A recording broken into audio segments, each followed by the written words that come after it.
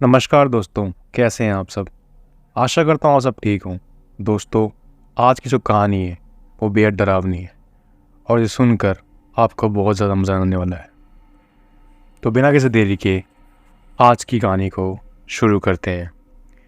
ये कहानी उन 4 दोस्तों की है जिनके साथ कुछ ऐसी घटना घटी जिसके बाद उनका पूरा जीवन ही बदल गया।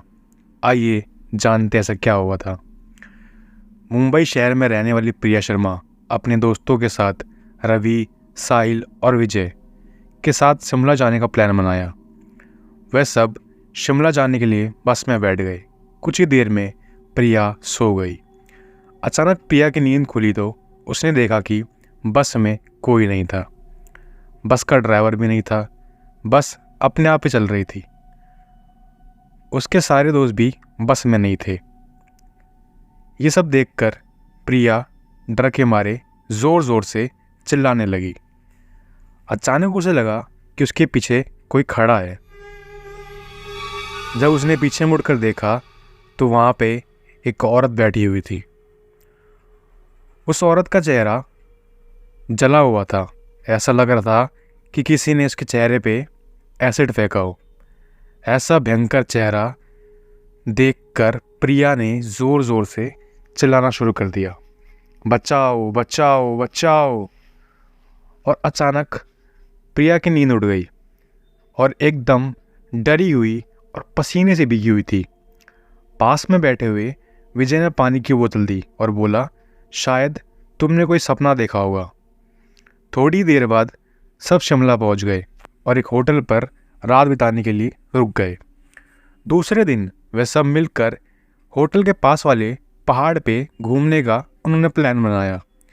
करीब आधे घंटे बाद वे सब पहाड़ की सबसे ऊंची चोटी पर पहुंच गए। वहीं से नीचे देखने पर घने पेड़ पौधे साफ साफ और बहुत ही ज़्यादा सुंदर दिखाई दे रहे थे। अचानक साहिल चौंक गया और बोला, नीचे देखो कोई खड़ा है, लगता है कोई औरत है।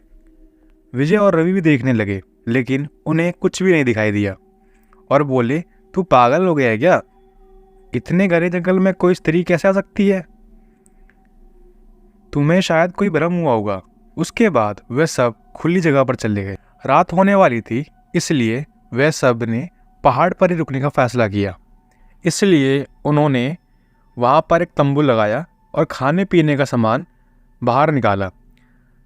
प्रिया का बैग तंबू से बाहर था, इसलिए वह लेने के लिए तंबू के बाहर गई। वहाँ पर उसे किसी की आवाज़ सुनाई दिया। प्रिया ने उस आवाज़ की ओर अपनी नज़र घुमाती है तो उसके सामने कोई 3 आदमी आते हुए दिख रहे थे। उनके हाथ में धारदार हथियार देखकर प्रिया बहुत ज़्यादा डर जाती है और दौड़ के तंबू के अंदर जाती है। उसने अपने दोस्तों को भी ये बात बताई लेकिन कोई भी उसकी बात पर विश्वास नहीं कर रहा था। प्रिया चिल्लाकर बोली, आप सब पागल हो गए हो क्या? कोई मेरी बातों पर भरोसा क्यों नहीं कर रहा? चलिए मेरे साथ, बाहर मैं आपको दिखाती हूँ। वे सभी बाहर आके शिखर की चोटी से नीचे देखने लगे। उतने में ही उन सभी को दिखता है कि कोई 3 लोग उनकी ओर बढ़ रहे हैं। वह सब देखकर वह सभी लोग डर जाते हैं और तुरंत ही अपना सामान समेटने लगते हैं और बड़े से पत्थर के पीछे जाकर छुप जाते हैं। थोड़ी देर बाद वे सब ऊपर आ जाते हैं। प्रिया देख रही थी कि उनके हाथ, पैर और सर आम आदमी जैसे बिल्कुल नहीं थे। वे सब एक जगह पर बैठ जाते हैं और कुछ तांत्रिक विद्या शुरू करते हैं। उनमें से एक आदमी अपनी हाथों की उंगली को काट देता है, लेकिन अंधेरे की वजह से उन्हें कुछ भी ठीक से दिखाई नहीं देता है। अचानक उन चारों में से एक औरत उन आदमियों के बीच में आके लेट जाती है। कोई नहीं जानता कि आखिर वो औरत वहाँ पे पहुँची कैसे। प्रिया ने कहा, मुझे कुछ समझ नहीं आ रहा, आखिर ये सब क्या हो रहा है? मुझे बहुत ज़्यादा डर लग रहा है। एक के बाद एक वे तीनों उस औरत को सूंघने लगे। वहीं पर अचानक उस औरत ने अपनी उंगली उठाई और हमारी तरफ इशारा करने लगी। हम सब डर गए। वे तीनों उस औरत को छोड़कर हमारी ओर बढ़ने लगे। हम सब पहाड़ी से नीचे होटल की ओर दौड़ने लगे। हमारी आवाज़ सुनकर वे तीनों हमारी ओर दौड़ने लगे। प्रिया और साहिल सबसे आगे थे और विजय और रवि उनके पीछे दौड़ रहे थे। प्रिया और साहिल होटल तक पहुंच गए, लेकिन रवि और विजय का कोई पता नहीं चल रहा था।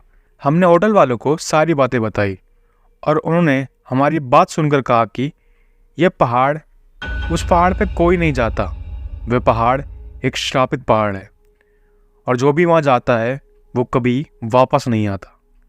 आपकी किस्मत अच्छी थी कि आप अभी जिंदा है, लेकिन हमारे दोस्त और रवि कभी वापस लौट के नहीं आए।